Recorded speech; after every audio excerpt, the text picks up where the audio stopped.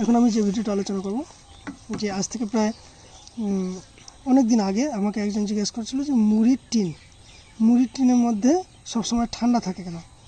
অর্থাৎ মুড়ির টিনের মধ্যে আমরা যখনই হাত ঢোকাবো তখনই দেখব আমাদের ঠান্ডা লাগে। তো কেন লাগে এটার উত্তর কিন্তু তখন আমি দিতে পারিনি। এটা কিন্তু আমার খুঁজতে অনেক দিন লাগছে। তো মুড়ির টিনের মধ্যে হাত দিলে ঠান্ডা লাগে কেন, এটার যুক্তিটা আমি অনেক দিন পরে খুঁজে পেয়েছি। তো সেটার যুক্তিটা হলো, এই যে মুড়িগুলো থাকে, মুড়িগুলো হচ্ছে পুরো শুকনা। তো যে কোনো শুকনা খাবারের টিন বা ড্রামের মধ্যে হাত দিলে ঠিক সেরকমই ঠান্ডা লাগবে। কারণটা কি, এই যে শুকনা খাবারটা মানে শুকনা মুড়িটা, এর ভিতরে যত জলীয় বাষ্প আছে সমস্ত জলীয় বাষ্পকে এ টেনে নেয়। তাহলে জলীয় বাষ্পকে টেনে নেওয়ার জন্য এই জায়গাটা হয়ে যাচ্ছে শুষ্ক মানে জলীয় বাষ্পহীন। যখনই আমরা এর ভিতরে হাত ঢোকাবো তখনই কিন্তু শুষ্ক বায়ু সবসময় কী করে, জল কোথাও পেলে সেখান থেকে টেনে নেয়। মানে কি, জল কোথাও থেকে টেনে নেওয়া মানে সেটা বাষ্পীভূত হয়।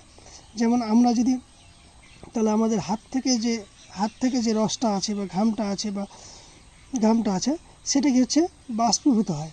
বা হাতের উপরে আমাদের সমস্ত প্রাণীর শরীরটা তো কিছুটা হলেও ভেজা থাকে, তখন সেই হাতের রসটা দ্রুত হারে বাষ্পীভূত হয়ে এইখানে চলে যায়।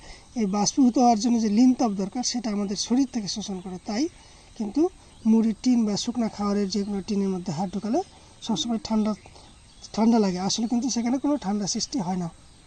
তাহলে এটা হলো এর কার্যনীতি।